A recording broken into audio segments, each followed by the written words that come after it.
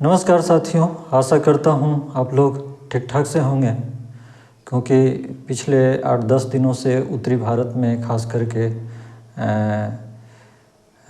गंगा मैदानी क्षेत्र में काफ़ी ठंड पड़ रही है और इसके वजह से जीवन की गतिविधियाँ तो थोड़ा असहज हो ही जाती है। तो फिर भी पढ़ना लिखना है और अपने कार्यों को तो जारी रखना है। तो इसी क्रम में मैं कहना चाहूँगा कि मेरा वीडियो आपको मिलने में थोड़ा देर हो गई है, इसके लिए माफ़ करेंगे। और आइए आज हम चर्चा का विषय को आगे बढ़ाते हुए पिछले ही क्लास के कुछ बिंदु छूट गए थे या उसके कुछ हिस्से छूट गए थे, उसके बारे में आज चर्चा करते हैं और समझते हैं कि भारतीय इतिहास में भौगोलिक विशेषताएं किस प्रकार हमारे लिए महत्व रखता है। तो उसी क्रम में हम बढ़ते हुए आज भारतीय इतिहास के क्षेत्र में क्षेत्रीय प्राकृतिक विशेषताओं के बारे में हम चर्चा करेंगे, जो पूरे भारतीय इतिहास और पूरे भारतीय महाद्वीप को समेटे हुए रहेगा, जिसका मुख्य उद्देश्य मुख्य परीक्षा भी है और प्रारंभिक परीक्षा भी है। तो आइए देखते हैं इस चर्चा में आप जैसा कि बोर्ड पे देख रहे हैं, इसे मैंने आपको समय की बचत के लिए लिख दिया हूँ। तो ये चर्चा का आज विषय है चौथा बिंदु। ये चौथा जो बिंदु है क्षेत्रीय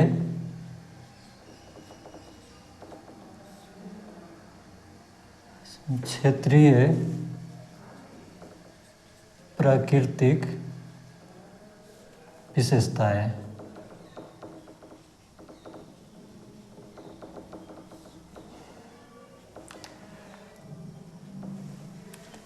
ये चर्चा का बिंदु है, ये इसी का पाठ है भौगोलिक विशेषताओं का, जो भारतीय इतिहास के पाठ्यक्रम में मैं शामिल किया हूँ।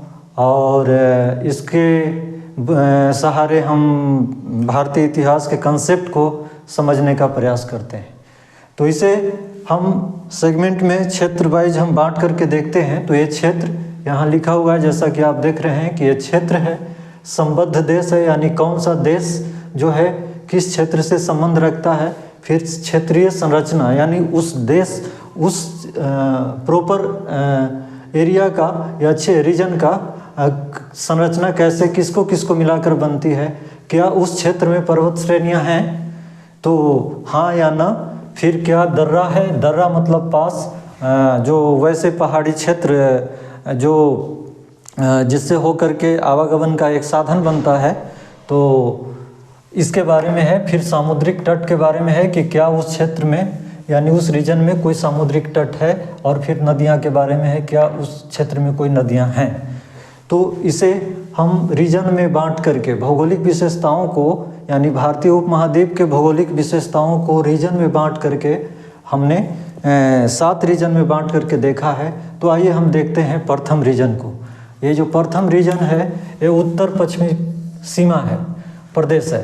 ये नॉर्थ वेस्टर्न इंडिया, जिसका मतलब है कि ये उत्तर पश्चिमी सीमा प्रदेश।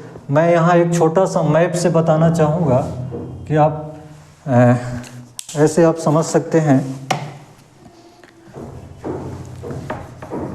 यहाँ बीच में खाली स्थान के जगह पे मैं एक छोटा सा मैप से आपको बताने का प्रयास करूँगा और इससे आप समझते चलेंगे कि क्या स्थिति है। तो इस मैप के सहारे हम समझेंगे। तो उत्तर पश्चिमी सीमा प्रदेश का मतलब है ये उत्तर और पश्चिमी वाला ये सीमा प्रदेश। तो आज आप देखें कि इसमें कौन सा क्षेत्र है। तो आज का पाकिस्तान, आज जो पाकिस्तान है, जो पूरा पाकिस्तान, वो इस क्षेत्र में पूरा है, प्लस अफगानिस्तान का दक्षिण पूर्वी हिस्सा इसमें आता है। यानी ये दोनों देश से इसका संबंध है। तो इसकी क्षेत्रीय संरचना इस पूरे हिस्से में क्या क्या है, तो ये इसका क्षेत्रीय संरचना में हिंदू कुश दर्रे, हिंदू कुश पर्वत श्रेणी भी है। तो हिंदू कुश दर्रे यानी पास, फिर दक्षिण पूर्वी अफगानिस्तान का कुछ हिस्सा और फिर कुछ मध्य एशिया का हिस्सा, हिंदू कुश दर्रे का मतलब ये जो हिंदू कुश पर्वत श्रेणी है यहाँ पे ये हिंदू कुश पर्वत श्रेणी, और यहाँ जो पास है बना हुआ है इस पास का, फिर ये अफगानिस्तान का दक्षिण और पूर्वी हिस्सा, ये आप देखिए कुछ मध्य एशिया यानी ये सेंट्रल एशिया है, ये सेंट्रल एशिया, तो ये सेंट्रल एशिया का ये हिस्सा जो इंडिया से सटे हुए भाग है। उसके बाद गोमल घाटी और बलूचिस्तान ये पाकिस्तान सिंध प्रांत में, यहाँ पे बलूचिस्तान और सिंध क्षेत्र है।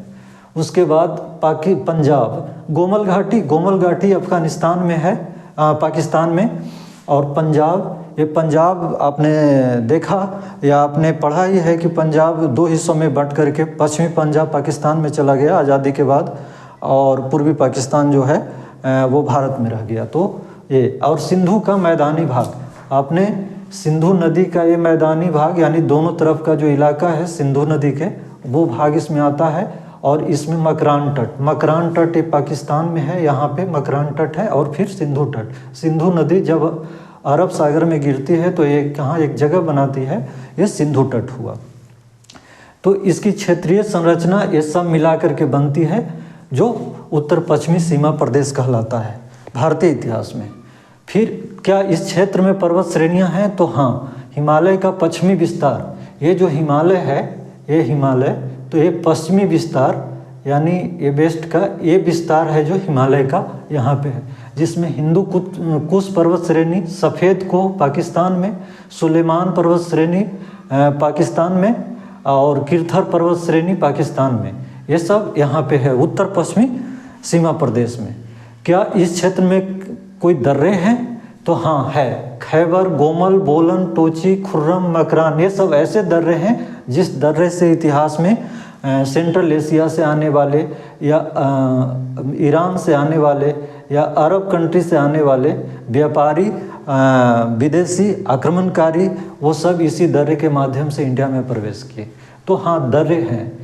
सामुद्रिक तट की बात करें तो क्या इस क्षेत्र में सामुद्रिक तट है?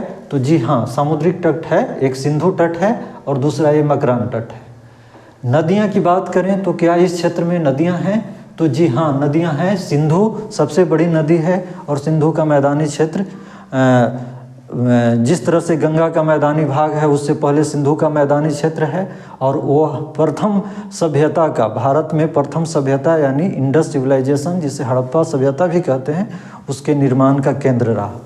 तो सिंधु नदी, स्वात नदी ये और काबुल नदी, ये दोनों अफगानिस्तान की नदी है। गोमल, दस्त, कुंभा, सादिक और आदि पाकिस्तान अफगानिस्तान के क्षेत्र में नदियां हैं। तो ये क्षेत्र जो है उत्तर पश्चिमी सीमा प्रदेश का इतिहास में काफ़ी महत्व रहा है। इसी सीमा से, इसी सीमा क्षेत्र से हमारे देश में ज़्यादातर विदेशियों का आगमन हुआ। इसी सीमा क्षेत्र से ज़्यादातर हमारे यहाँ से धर्म का, बौद्ध धर्म का, बौद्ध रिलीजन का प्रचार हुआ सेंट्रल एशिया में और चीन तक, और इसी क्षेत्र से कह सकते हैं कि भारत में आक्रमणकारियों का आगमन हुआ या विदेशियों का आगमन हुआ। तो ये काफ़ी महत्व रखा। इसी सीमा क्षेत्र से व्यापारिक गतिविधियां भी जारी रही, और मैंने पिछले वीडियो में जहाँ तक गंधार की बात की थी तो इसी सीमा क्षेत्र से वो एक ऐसा जगह था जो एशिया के चौराहा कहलाता था, और पूरी संसार का यानी एशिया में खास करके एशिया, यूरोप और अन्य देशों के बीच का वो एक ऐसा केंद्र हुआ करता था जो सामाजिक, आर्थिक, धार्मिक और सांस्कृतिक सभी चीज़ों का मिलन स्थल था। तो काफ़ी इस क्षेत्र का महत्व रहा है। इस क्षेत्र से हमेशा आक्रमण जारी रहे, और लगभग आधुनिक काल में भी इसमें एक अपने इतिहास में काफ़ी महत्व रखता है। ये कृषि के लिए भी काफ़ी महत्व रखता है, और ये हिस्सा जो है विदेशी संपर्क के लिए काफ़ी महत्व रखता है। फिर आते हैं हम दूसरी हिस्से में। तो इसके दूसरे हिस्से में अगर हम देखते हैं तो ये उत्तरी भारत मतलब नॉर्दर्न इंडिया की बात है। तो इस नॉर्दर्न इंडिया का जो संबंध है वो आज का भारत से है, और आंशिक रूप से पाकिस्तान से। पाकिस्तान का मतलब है पीओके पाकिस्तान ऑक्युपाइड कश्मीर, जो पाक अधिकृत कश्मीर वाला जो हिस्सा है ये ऊपर में, वो हिस्सा इसमें आता है। ऊपरी वाला जो आज़ादी के बाद यानी जो आक्रमण हुआ पाकिस्तान के जम्मू एंड कश्मीर पे, और उसने जम्मू कश्मीर पर आक्रमण करके उसके कुछ हिस्से को अपने कब्जे में ले लिए। उस हिस्से जो अभी तक उसके कब्जे में है वो वाला हिस्सा, फिर जम्मू और कश्मीर प्लस पंजाब, पंजाब कहने का मतलब हमारा भारत का पंजाब, पूर्वी पंजाब, फिर हिमाचल प्रदेश और उत्तराखंड, ये सब राज्यों और जगहों मिल करके इसकी संरचना बनती है। उत्तरी भारत यानी नॉर्दर्न इंडिया का ये हिस्से जो है एक पहाड़ी एरिया है, पर्वतीय क्षेत्र है, हिमालय के किनारे किनारे वाला एरिया है, तो ये भी काफ़ी महत्वपूर्ण प्राकृतिक क्षेत्र है। और इस एरिया में सांस्कृतिक सामाजिक गतिविधियां हमेशा जारी रही। अब पर्वत श्रेणियों की जहां तक हम बात करते हैं तो क्या इस क्षेत्र में पर्वत श्रेणियां हैं? तो जी हाँ है। हिमालय का उत्तरी विस्तार है जिसमें लद्दाख, काराकोरम पर्वत श्रेणी, लद्दाख पर्वत श्रेणी, जास्कर पर्वत श्रेणी, पीर पंजाल पर्वत श्रेणी आदि पर्वत श्रेणियाँ इसी क्षेत्र में पड़ता है, इसी रीजन में। उसके बाद आगे जब बढ़ते हैं कि दर्रे के बारे में बात करते हैं तो क्या इस क्षेत्र में दर्रा है? तो जी हाँ, इस क्षेत्र में दर्रा है। जोजिला, नीति, बर्जिल, काराकोरम दर्रा, जास्कर, पीर पंजाल, छोटा कल्ली, बनिहाल आदि दर्रे इस क्षेत्र में हैं। तो इसी क्रम में आगे बढ़ते हुए सामुद्रिक तट की जब हम बात करते हैं तो क्या इस क्षेत्र में सामुद्रिक तट है? तो जी नहीं, इस क्षेत्र में सामुद्रिक तट नहीं है। आप देख ही रहे हैं कि ये उत्तरी भारत नॉर्दर्न इंडिया में है। इसका लोकेशन आपका ऐसे मिलेगा, इसका लोकेशन आप यहाँ है, यहाँ पे, तो यहाँ समुद्र है ही नहीं, नो। तो इस क्षेत्र में सामुद्रिक तट नो नहीं है। आगे जब हम क्रम में चलते हैं तो देखते हैं कि नदियाँ, तो इस क्षेत्र की नदियाँ हैं। तो जी हाँ, पंजाब की 5 नदियाँ झेलम, रावी, बितस्ता,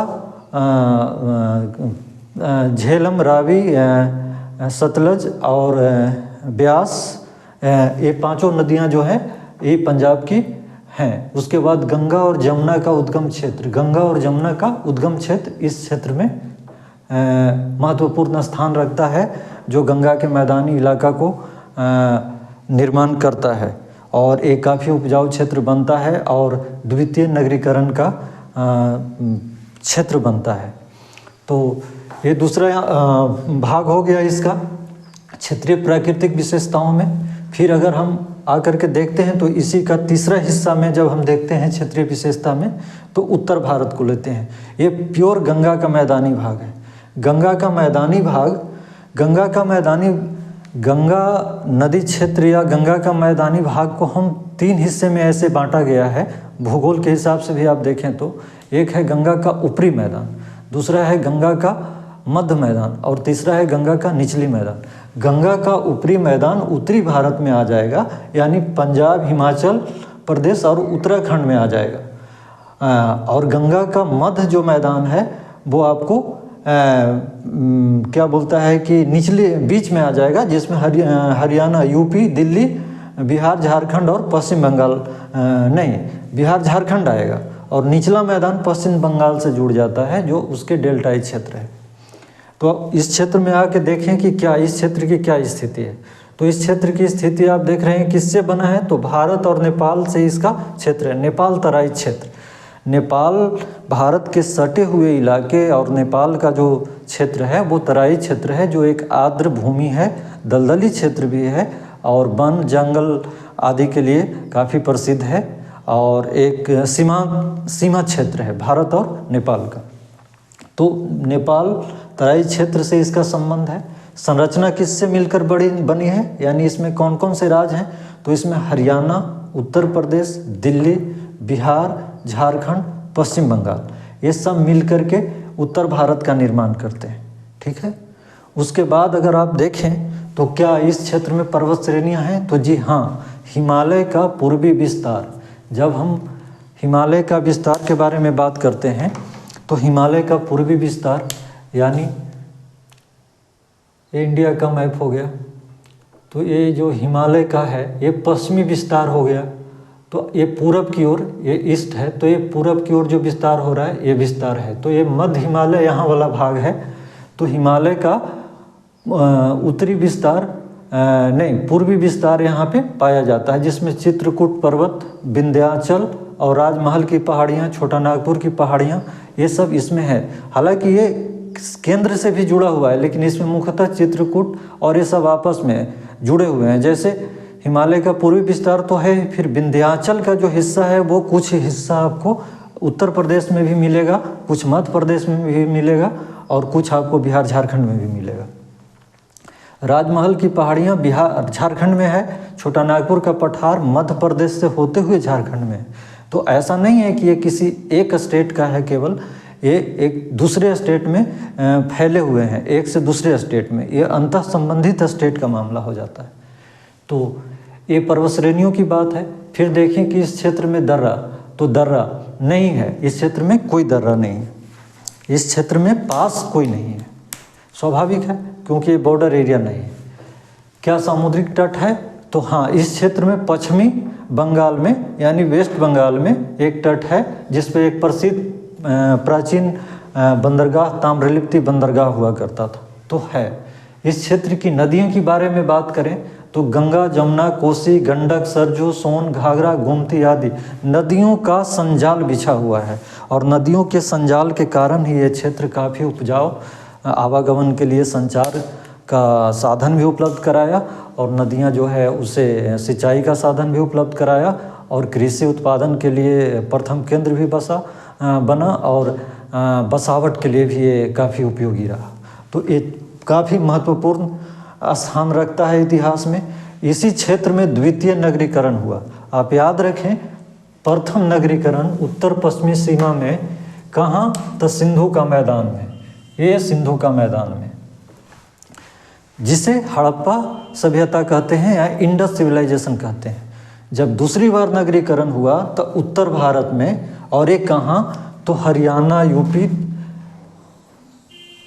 और बिहार झारखंड, ये वाला एरिया में द्वितीय नगरीकरण। तृतीय नगरीकरण भी इसी के दौर में, इसी क्षेत्र में हुआ। तो ये द्वितीय नगरीकरण का दौर बुद्ध महावीर काल के दौर में हुआ, महाजनपद काल में, इस दौर में हुआ। तो ये काफ़ी महत्वपूर्ण रखा। और वही द्वितीय नगरीकरण में जनपद महाजनपद से होते हुए जब आगे बढ़ा तो मगध साम्राज्य का निर्माण हुआ, और मगध साम्राज्य ने धीरे धीरे पूरा भारत पर अपने विस्तार क्षेत्र को बढ़ाया और एक शानदार साम्राज्य के रूप में और शासक के रूप में शासन किया।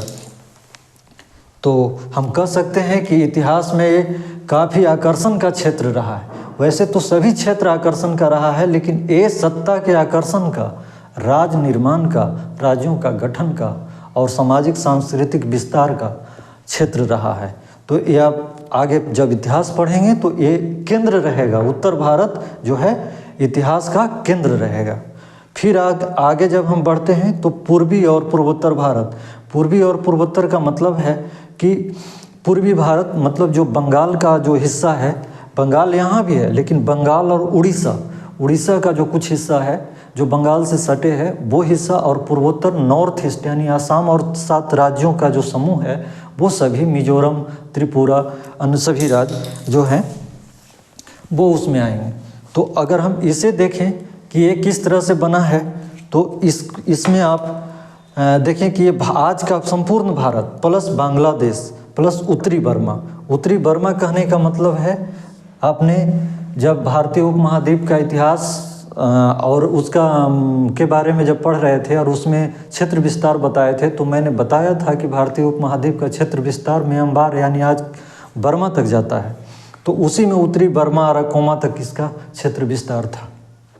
बांग्लादेश भारत का ही हिस्सा था जो आज़ादी के बाद पाकिस्तान को मिला, और फिर पाकिस्तान से कट करके 1972 ईस्वी में जो है वो 72 मतलब दिसंबर 1971 में वो एक अलग देश के रूप में निर्मित हुआ।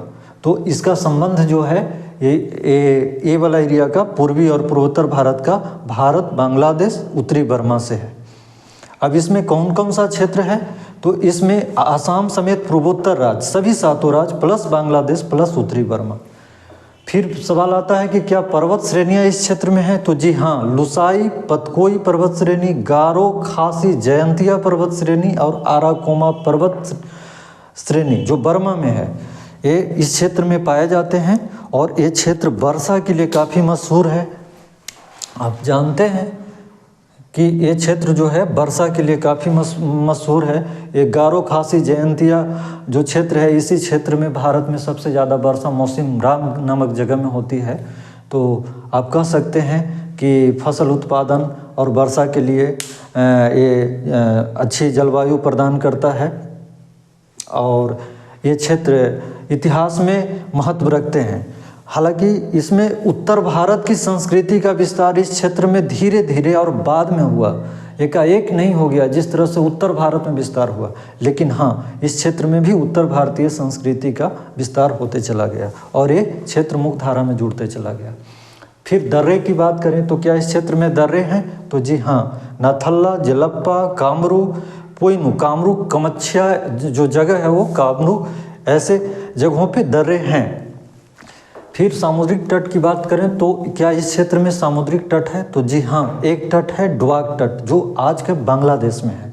उस समय भारत में हुआ करता था, लेकिन आज डवाक तट बांग्लादेश में, यानी बांग्लादेश के समुद्री तटीय इलाका को जो कहा जाता है उसका जो नाम है वो डवाक तट है।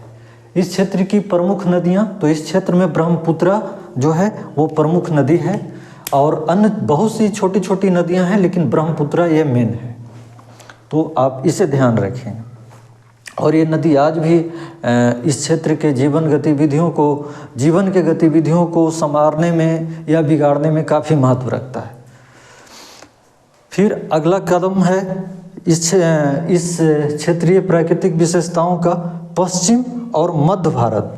पश्चिम भारत कहने का मतलब है कि आप जब देखें यहाँ मैप से, ये बड़ा है और ये बोर्ड काफ़ी भर गया है तो थोड़ा लिखने में और मैप बनाने में नहीं बन रहा है। फिर भी मैं छोटा सा मैप यहाँ आपको बना करके आपको इंडिकेट करके दिखा रहा हूँ। ये पश्चिम भारत, ये जो एरिया है पश्चिम भारत इंडिया का जो एरिया, ये तो उत्तर पश्चिमी भारत का हिस्सा हो गया, ये पश्चिम भारत। तो ये पश्चिम और मध्य भारत, ये 5वां पॉइंट, ये पश्चिम और मध्य भारत, इसका संबंध किससे है? तो इसका संबंध आज के भारत से, संपूर्णतः आज के भारत से। इसकी संरचना यानी इसका निर्माण कौन कौन से राज्यों को मिला करके हुआ है? तो इसका निर्माण आज का राजस्थान, गुजरात, मध्य प्रदेश का कुछ हिस्सा और छत्तीसगढ़, मध्य प्रदेश का पूरा हिस्सा, छत्तीसगढ़ का हिस्सा, महाराष्ट्र और उड़ीसा का कुछ हिस्सा। उड़ीसा चूँकि पूर्वी भारत में भी आता है और उड़ीसा का पश्चिमी जो हिस्सा है वो सेंट्रल इंडिया में भी पड़ता है, यानी मध्य भारत में भी पड़ता है। तो इसलिए मैं यहाँ उड़ीसा को भी शामिल किया हूँ। इसकी कुछ ऐसी सांस्कृतिक और सामाजिक गतिविधियाँ है जो एमपी छत्तीसगढ़ की जनजातीय गतिविधियों से समानता रखती है, तो इस स्तर पर भी इसके बराबर है, तो यहाँ ही आया है। तो अब सवाल उठता है कि इसमें कौन कौन सी पर्वत श्रेणी है? तो जी हाँ, इस क्षेत्र में अरावली पर्वत श्रेणी है, अरावली, सतपुरा पर्वत श्रेणी है, मैकाल पर्वत श्रेणी है, विंध्याचल पर्वत श्रेणी है, छोटा नागपुर का पठार है, सह्याद्री का है। सह्याद्री कहाँ है? तो ये जो पड़ेगा महाराष्ट्र में है। नासिक महाराष्ट्र में, अजंता की गुफाएं, एलोरा की गुफाएं, ये सब कहाँ है? तो महाराष्ट्र में। ये क्षेत्र सामाजिक और सांस्कृतिक क्षेत्र के फील्ड में थोड़ा देर से विकसित हुए, लेकिन ये हमारे धार्मिक सांस्कृतिक क्षेत्र के लिए इतिहास में अच्छे पहचान रखते हैं। उत्तर भारतीय संस्कृति कहते हैं तो इसका मतलब ये है कि जब आर्यों का आगमन हुआ, यानी वैदिक काल के दौरान जो संस्कृति विकसित हुई, और वो संस्कृति जब जनपद काल में विकसित होते हुए महाजनपद काल में, फिर मौर्य काल में विकसित हुई, तो वो संस्कृति धीरे धीरे जब पूरे विस्तार ले रही थी उत्तर भारत से दक्षिण भारत की ओर और संपूर्ण भारत में, तो ये एक ऐसा क्षेत्र था, मध्य प्रदेश, छत्तीसगढ़, उड़ीसा के बीच वाले इलाका और महाराष्ट्र का पूर्वी हिस्सा जो आदिवासी बहुल एरिया था।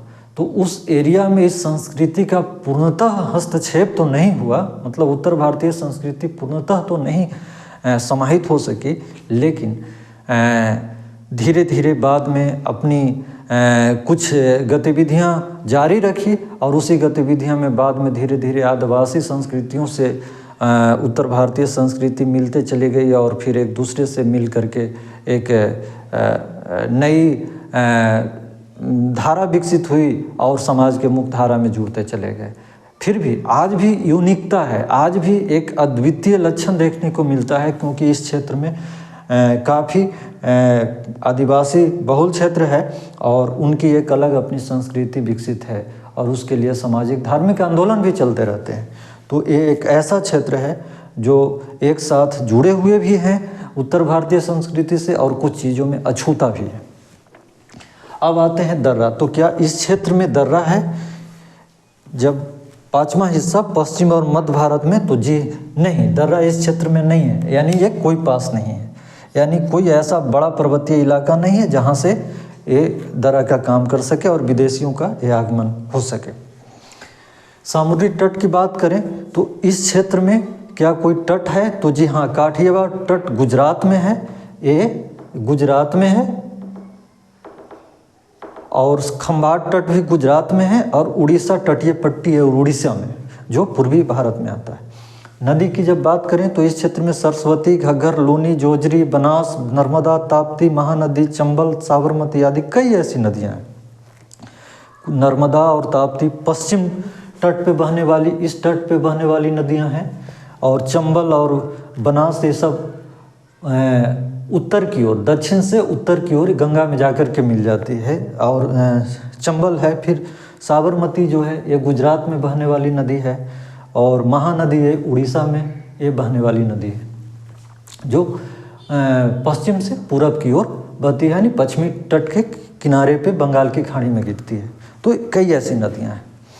फिर इसी क्रम में हम आगे बढ़ते हैं तो ये छठा हिस्सा है दक्कन भारत। दक्कन भारत हम कहते हैं तो इसे एक प्रायद्वीपीय हिस्सा, प्रायद्वीपीय भारत यानी पेंसुलर इंडिया का दो हिस्से हम करके देखते हैं, एक दक्कन भारत और दूसरा सुदूर दक्षिण भारत।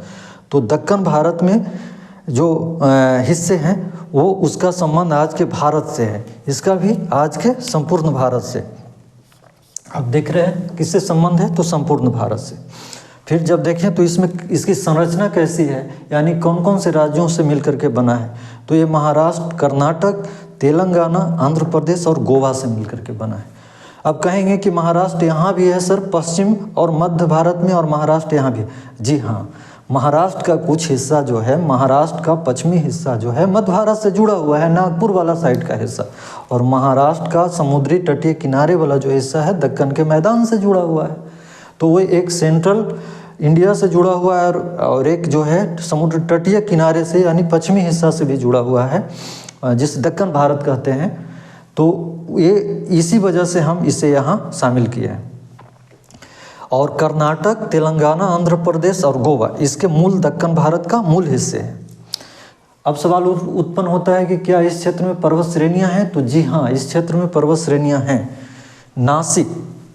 नासिक पर्वत श्रेणी, सह्याद्री जो महाराष्ट्र में है, अन्नामलाई, नीलगिरी पर्वत श्रेणी जो है वो आंध्र प्रदेश होते हुए अन्नामलाई का कुछ हिस्सा जो है, ये सब इस क्षेत्र में दक्कन भारत में पाए जाते हैं। और ये सब उत्तर से ये नीलगिरी, अन्नामलाई उत्तर से दक्षिण की ओर विस्तार हो रही है। ये पर्वत श्रेणियों का एक पश्चिमी तट से है, दूसरा पूर्वी तट से आ रहा है। पश्चिमी तट कहने का मतलब ये तट से, ये जो किनारा है ये तट से, या ये तट से। तो ये जो है नीलगिरी पर्वत ये पूर्वी तट से आके मिलते हैं।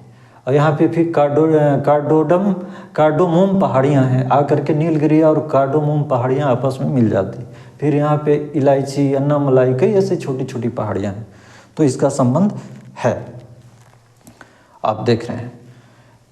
दर्रा, तो इस क्षेत्र में क्या दर्रा है? तो जी नहीं, इस क्षेत्र में भी कोई ऐसा पास नहीं है जो बाहरी आक्रमण को न्योता देता है, ऐसा कुछ नहीं है। इस ओर से कभी भी आक्रमण नहीं हुआ। सामुद्रिक तट की बात करें तो इस क्षेत्र में क्या तट है, तो जी हाँ, इस क्षेत्र में तट है कोंकण पट्टी पश्चिमी में और कोरोमंडल तट। आप ये जो देख रहे हैं ये हिस्सा, ये कोरोमंडल तट ये पूर्वी भाग पर है, ये पूर्वी तट पे है। और ये कोंकण पट्टी ये महाराष्ट्र से लेकर के गोवा तक ये कोंकण पट्टी ये पश्चिमी तट पर है। यहाँ पे ये तटीय पट्टी है। ये विदेश व्यापार के लिए भी काफ़ी संपन्न क्षेत्र है। आपने इतिहास में जब देखेंगे कि इसमें कई ऐसे बंदरगाह विकसित मिलेंगे जो आपको अरब सागर से संबंध जोड़ते हुए अफ्रीका और क्या बोलता है कि मिस्र मेसोपोटामिया की ओर से व्यापार करते हैं। मौर्य काल में विदेश व्यापार इस क्षेत्र से, फिर इस क्षेत्र से और फिर इस क्षेत्र से, यानी गंधार वाला अफगानिस्तान क्षेत्र से और फिर बंगाल के क्षेत्र से हुआ करता था। तो इसलिए ये पूरा व्यापारिक गतिविधियों का क्षेत्र है और ये आर्थिक व्यापारिक महत्व रखता है। आक्रमण को भी न्योता देता है, लेकिन इस क्षेत्र से आक्रमण नहीं हुआ। अरबों द्वारा घोड़े का व्यापार कोंकण पट्टी पर ही किए जाते थे, जो गोवा और महाराष्ट्र के तटीय किनारे वाला एरिया है। तो आप कह सकते हैं कि आर्थिक और सामाजिक गतिविधियों का केंद्र मुख्यतः रहा है। इस क्षेत्र की नदियों की बात करें तो जी हाँ, गोदावरी, भीमा और कृष्णा और तुंगभद्रा इस क्षेत्र की महत्वपूर्ण नदी है। आप जब नदी की बात करें तो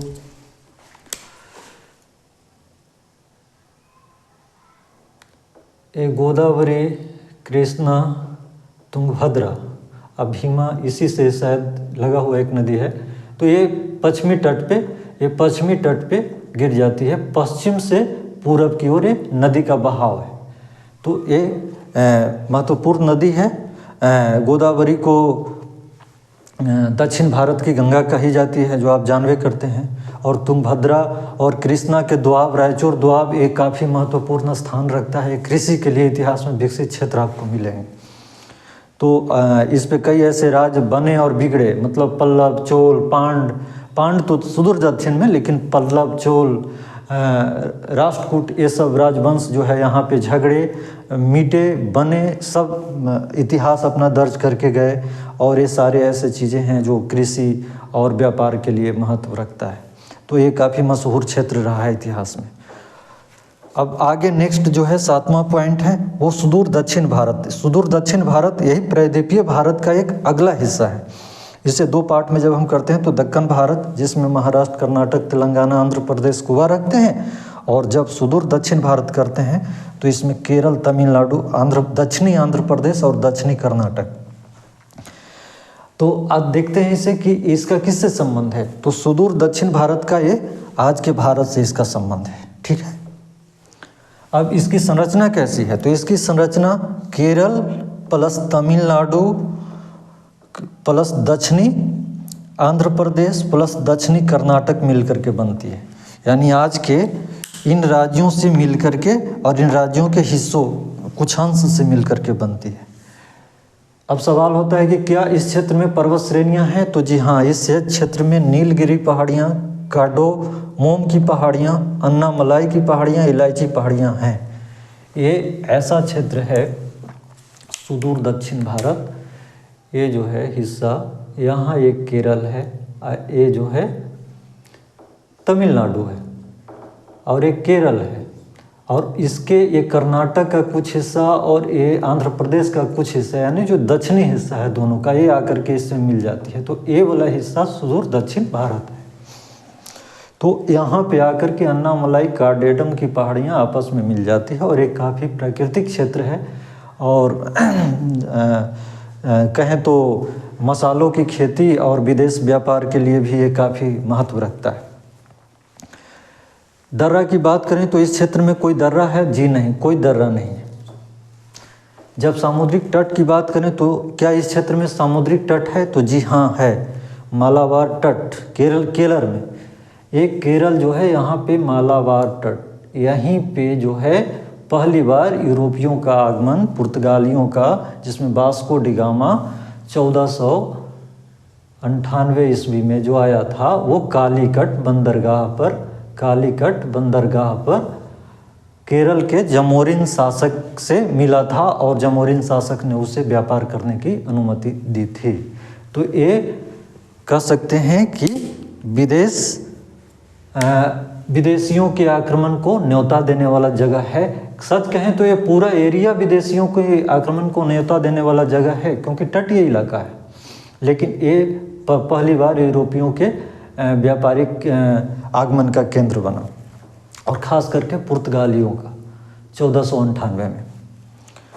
फिर कोरोमंडल तट, ये पूर्वी जो इलाका है, ये पूर्वी इलाका वो कोरोमंडल तट है, जो आपको तमिलनाडु और आंध्र प्रदेश में आपको मिलेगा।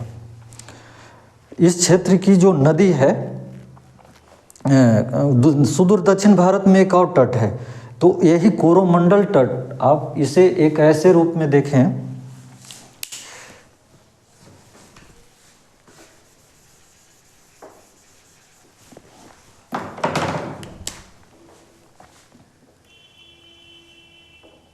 ये जो कोरोमंडल तट है, इसका विस्तार, ये तमिलनाडु का जो विस्तार है वो इस तरह से है। यहाँ से जो ये हिस्सा है ये केरल है, तो ये सुदूर दक्षिण तक जो है ये तमिलनाडु का ये क्षेत्र आ जाता है।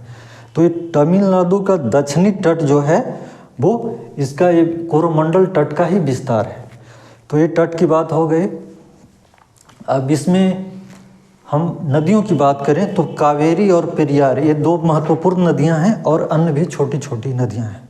तो कुल मिलाकर के आपको एक ऐसा ये सिनेरियो दिख रहा है क्षेत्रीय आधार पे, जो भारतीय उपमहाद्वीप को समझने में आपको मदद कर रहा है।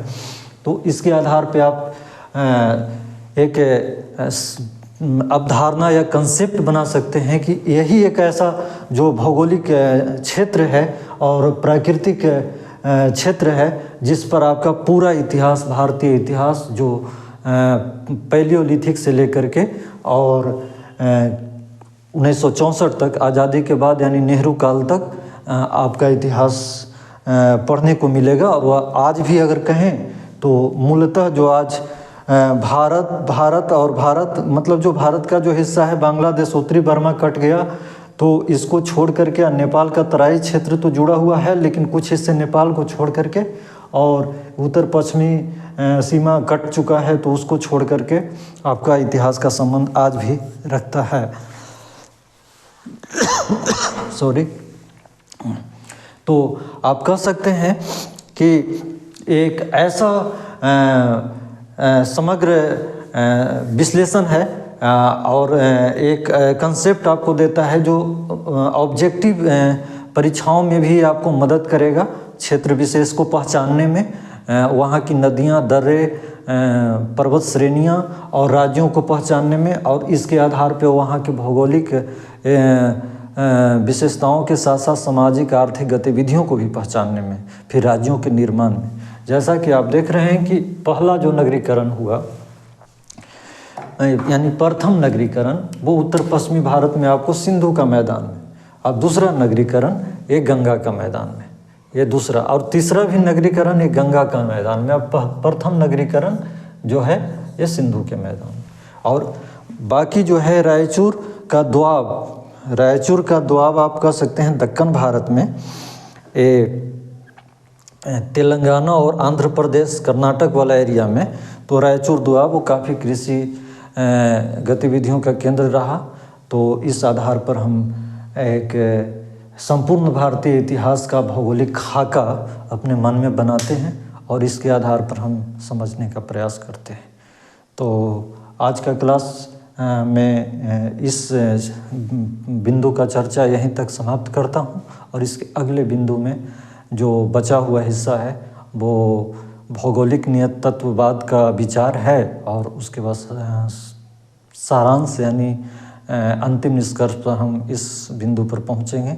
और यह जो क्लास है वो भौगोलिक विशेषताओं के ही क्रम में चौथा क्रम में है, इसी के क्रम में चौथे बिंदु पे है। तो इसके बाद जो एक हमारा क्लास होगा वो एक भारतीय इतिहास के वर्गीकरण पर होगा, और उसके बाद फिर पैलियोलिथिक शुरू होगा। तो ठीक है, आज मैं इस क्लास को यहीं समाप्त करता हूं, और आपको स्क्रीनशॉट लेना है तो आराम से आप इसे स्क्रीनशॉट ले लें और इसे रख लें ताकि आपको काम आ सके। और इसी के साथ मैं आपको अपने वीडियो यानी मेरे वीडियो को आपको देखने के लिए धैर्य से सुनने समझने के लिए बहुत बहुत धन्यवाद देता हूं और आशा करता हूं कि आपको अगर मेरा वीडियो अच्छा लगे तो इसे आप सब्सक्राइब ज़रूर कर लें ताकि आपको समय पे मिल जाए और आपको कोई लाभ होता है तो लाभ के साथ साथ अन्य लोगों तक भी इस वीडियो को पहुंचाएं जो इसके कह सकते हैं कि उनके लिए वीडियो काम आ सके। तो इसी के साथ आपका बहुत बहुत धन्यवाद।